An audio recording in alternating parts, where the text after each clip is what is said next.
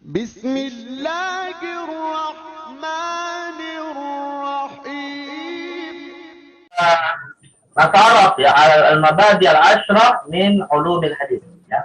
Al-mabadi al-ashrah min ulumi al-hadis ya. Atau bisa kita sebut juga dengan madafal ya, Fat ya. Al-mabadi al-ashrah min ulumil hadis atau madafalnya ya. Madafal itu pengantarnya untuk kita mengenal secara global dulu ilmu hadis ini tentang apa ya. Itu juga bisa disebut dengan madafal ya. Nah, tadi kita sebutkan ya, Fat, ada 10 ya, ada 10 mabadi atau ada 10 pengenalan terhadap ilmu syariat, dan sekarang kita akan terapkan ilmu hadis. Yang pertama al-haddu. Ya, al-haddu. Apa tadi al-haddu definisinya dalam bahasa kita ya, Wat? Definisinya artinya apa? Hah? Ya, definisi ya. Definisi. Tarif definisi. Ya. Al-haddu itu artinya definisi. Nah, ma haddu hadza ilm au ta'rifuhu ya. Nah, di sini para peneliti ya, khususnya dalam bidang ilmu hadis ya, memberikan banyak redaksi, banyak definisi ya, atau redaksi definisi yang beragam. Tapi saya pilihkan beberapa definisi lah ya.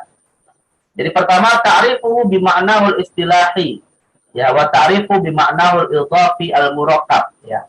Jadi definisi ilmu hadis bisa dibedakan menjadi dua. Pertama adalah ketika ulumul hadis itu dia dijadikan dua kata yang sepaket gitu ya. Karena ulumul hadis itu kan ada dua kata ya, ada ulum, ada al-hadis. Ya, ulum itu ada definisinya sendiri, al-hadis ada definisinya sendiri gitu ya. Nah, jadi ketika ulumul hadis ini merupakan dua kata yang digabungkan, maka dua kata ini bisa memberikan dua makna berbeda. Ya, makna yang pertama secara istilahi, yaitu biasa disebut dengan istilah tarif al-laqabi ya. Tarif al-laqabi ketika dia menjadi definisi yang disatukan seakan-akan satu kata, atau dia juga bisa didefinisikan secara idhofi ya, ketika ilmu diidhofakan kepada hadis. Nah, berarti maknanya apa gitu ya. Kalau dia secara istilahi, maka ilmu hadis secara istilahi definisinya adalah ilmun bi usulin wa qawaid ya, yu'rafu biha ahwal as-sanad wal matan min haitsul qabul war rad ya. Jadi ilmu yang berfungsi atau ilmu yang terkait dengan kaidah dan usul ya, terkait dengan fondasi-fondasi, kaidah-kaidah. Untuk apa? Yu'rafu biha ahwal as-sanad wal matan, yang kita mempelajarinya untuk mengetahui kondisi sanad dan matan suatu hadis. Jadi kita belajar ilmu hadis itu untuk tahu bagaimana kondisi sanad ya, sanad itu apa, rantai periwayatan hadis, dan bagaimana matan atau konten dari hadis tersebut ya, qaulan atau fi'lan atau takriran ya, min haitsul qabul war rad, yaitu dari sisi apakah bisa diterima atau bisa tertolak ya. Nah, ini apa namanya ilmu hadis secara istilahi ya. Tapi kalau secara idhofi ya, ta'rif al-idhofi itu artinya ketika ilmu disandarkan kepada hadis. Nah, kalau kita lihat tadi apa yang masyhur itu, ulumul hadis atau ilmu hadis? Yang masyhur ilmu hadis atau ulumul hadis? Sebagaimana Al-Quran, ilmu Quran atau ulumul Quran? Hah? Ulumul hadis. Jamak kan? Ulum ya. Pakai jamak ya. Ulum. Nah, berarti kan kalau pakai jamak yaitu ulum, menunjukkan kan sebenarnya yang menjadi, atau bisa kita katakan hadis itu melahirkan banyak ilmu gitu ya. Sesuai dengan konsentrasinya pada hal yang apa, pada terkait dengan masalah apa gitu ya. Bagaimana ulumul Quran juga banyak melahirkan ilmunya. Nah, maka ini yang disebut dengan ta'rif idhofi ya.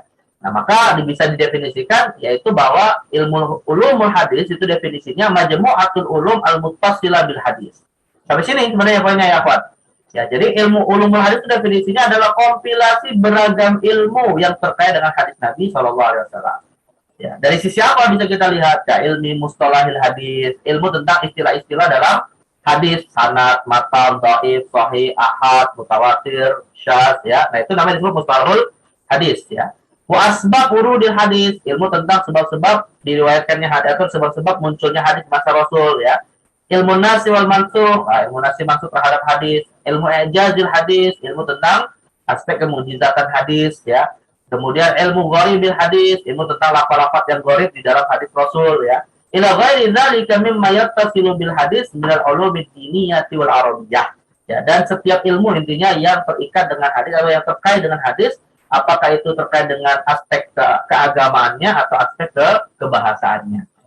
Jadi semuanya adalah ilmu hadis. Tapi kalau kalian ingin singkatkan, sebenarnya cukup pada titik ini nih. Majmu'atul ulum al-muttasilah bil hadis. Nah, itu ulumul hadis secara istilahi secara idhofi ya, idhofi al-murakkab ya. Baik. Ini ta'rif ilmu hadis. Nah, maudhu ya, apa yang menjadi objek dari ulumul hadis? Ya. Maudhu'uhu ar-rawi wal marwi. Ini kalau kita lihat dari sisi ini ya, dari sisi at-ta'rif al-istilahi ya, Pak ya.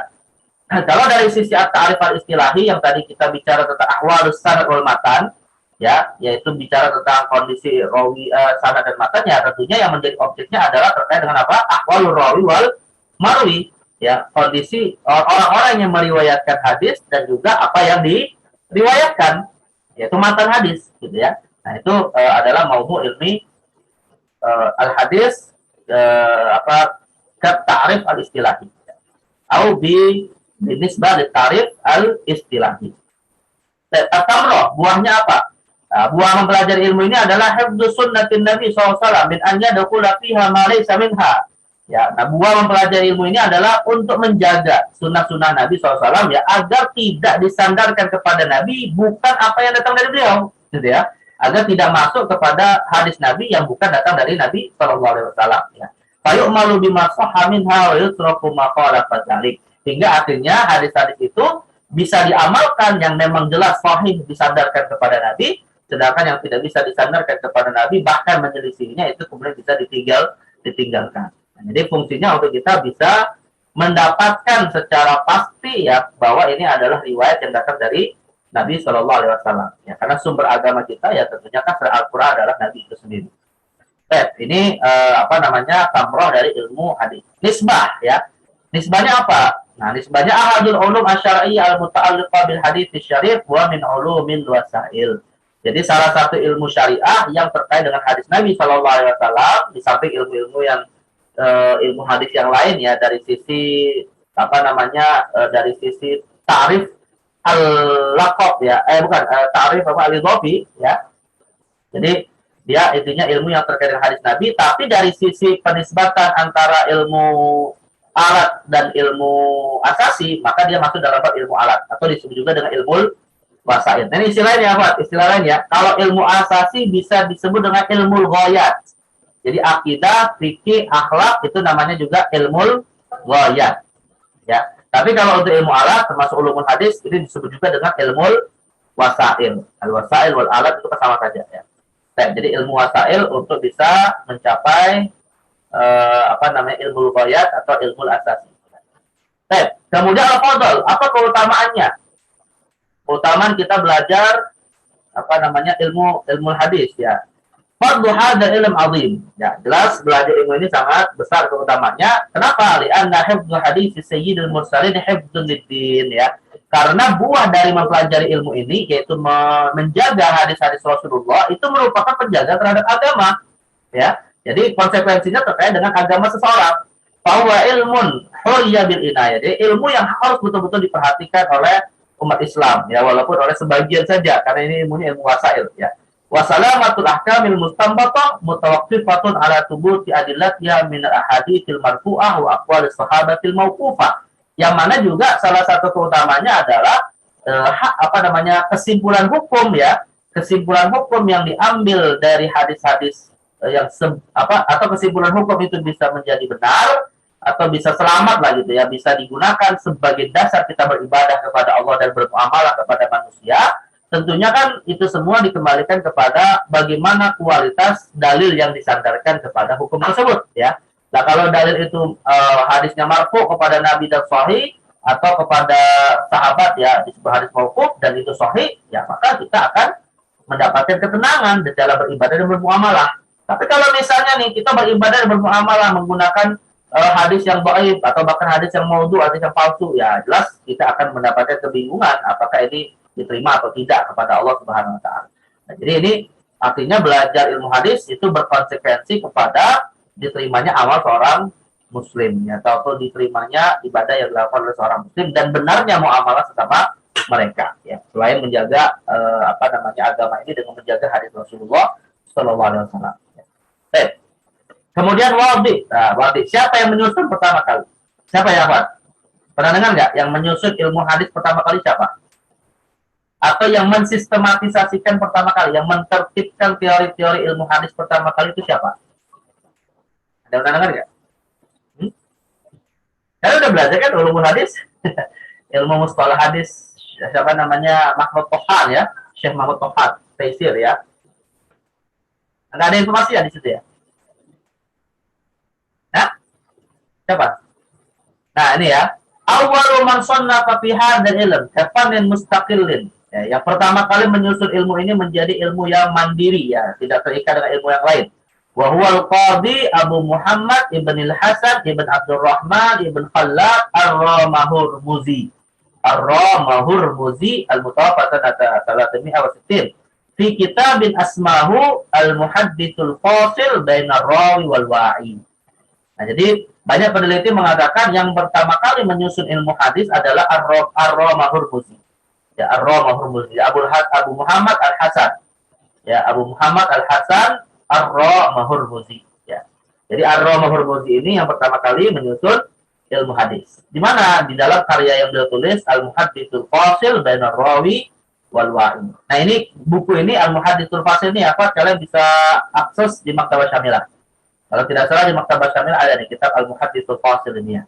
Tapi ya apa namanya tidak serapi karya ilmu hadis setelah masanya tentunya ya. Ya, walaupun beliau punya apa namanya fardhus sabqi, beliau punya keutamaan karena memulai. Ya. Tapi kalau dari sisi kita membacanya mungkin kita agak sulit juga memahaminya gitu ya. Karena biasanya yang awal lebih sulit daripada yang akhir. Gitu. Kalau akhirnya sudah lebih menyesuaikan dengan kondisi pengkajinya ya. Nah ini ilmu yang atau sosok yang pertama kali menyusun ilmu hadis dengan karyanya sekaligus ya. Kemudian ism, namanya apa ya? Ilmu ini selain ulumul hadis ada nggak nama lain gitu ya? Nah rupanya para ahli menyebutkan ada beberapa ilmu ya. Jadi atau beberapa nama ya. Disebut juga dengan ulumul hadis atau ilmu usulil hadis ya. Bisa disebut juga ilmu usul hadis atau disebut dengan ilmu hadis riwayatan wa dirayatan. Jadi tiga istilah ya yang menjadi nama dari ilmu hadis. Ulumul hadis atau ilmu usulul hadis atau ilmu hadis riwayatan wa dirayatan. Ya. Kemudian apa lagi? Istimdad. Ya, apa yang menjadi referensinya? Nah, yang menjadi referensinya adalah kalamul muhadditsin wa istilahatuhum. Ya. Perkataan-perkataan para muhaddits, misalnya perkataan Imam Tirmizi, ya Hasan Sahih, kemudian Hasan Qarib. Nah, itu dikaji itu. Kenapa Imam Tirmizi memberi nama-nama itu tadi ya? Akhirnya menjadi ilmu namanya ilmu mustalah hadis ya.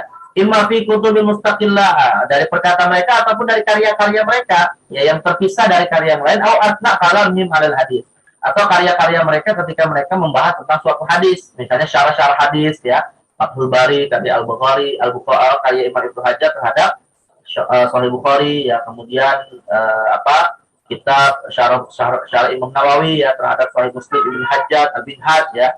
Nah itu dikaji aspek ilmu hadisnya lewat karya-karya mereka. Atau fi muqaddimatil kutub atau biasanya juga ada di dalam muqaddimah karya-karya para ulama. Ya, misalnya siapa? Misalnya Imam Ibnu Hajar Asqalani ya dalam kitab Fathul Bari sebelum beliau mensyarah Sahih Bukhari ya beliau di muqaddimahnya menjelaskan dulu seputar ilmu hadis. Nah, itu juga bisa kita ketemukan. Awakhiriha atau bisa jadi malah di akhirnya gitu ya. Di akhirnya baru jelasin tentang ilmunya itu apa. Wa nahwi dzalika ya bahwa mustamiddun min kalami atau mustamaddun min kalami a'immati min ahli hadis. Intinya ilmu hadis ini ya referensinya adalah sumbernya adalah para ulama hadis ya dari ungkapan-ungkapan mereka ketika mereka menjelaskan kualitas suatu hadis ya. Makanya kalau misalnya kalian ditanya ya Pak, mutawatir, ahad, sahih, hasan, dhaif ya, itu ada nggak di masa Rasul? Misalnya ada sahabat ketemu Nabi gitu ya. Ada sahabat nih ketemu Nabi. Ya Rasul, ini hadismu sahih atau dhaif? Ketemu Nabi. Ya nggak mungkin lah. Kalau ketemu Nabi sudah langsung bisa kasih penjelasan. Ini berarti perkataan saya gitu ya, bukan perkataan orang lain misalnya. Nah, jadi tidak dikenal ya. Artinya yang namanya istilah-istilah dari ilmu hadis itu ya munculnya kan setelah masa Nabi. Dan karena itulah referensinya adalah para ulama hadis. Ini istimdad dari ilmu hadis. Kemudian hukum syari. Hukum syari itu hukum pelajarinya ya. Tadi kita sebutkan hukumnya adalah fardu kifayah. Ya. Jadi tidak wajib setiap muslim mempelajari, tapi tentunya juga harus ada yang mempelajarinya untuk menjaga hadis-hadis Rasulullah SAW. Nah, masailnya apa yang terakhir ya? Al-masail adalah al-isnad wal matan.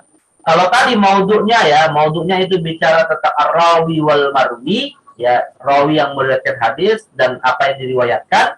Nah, maka untuk masailnya adalah penjabaran dari dua hal tersebut, yaitu isnad dan matan. Ya, rawi berarti kan kita bicara orang-orang yang ada dalam rantai sanad. Ya, sedangkan kalau marwi itu artinya kan informasi yang disampaikan kan. Berarti kita bicara matan hadis. Jadi masalahnya ada dua ini, yaitu sanad dan matannya. Nah ini pengenalan ya Pak ya, sebagai pengenalan atau contoh ya, biar kalian memahami bagaimana kita apa istilahnya itu mengenal suatu ilmu berdasarkan 10 pengenalannya ya, atau al-mabadi al-ashrah. Nah ini nanti akan kita jabarkan satu persatunya Pak ya. Pada pertemuan ini kita cukupkan pada ilmu hadis.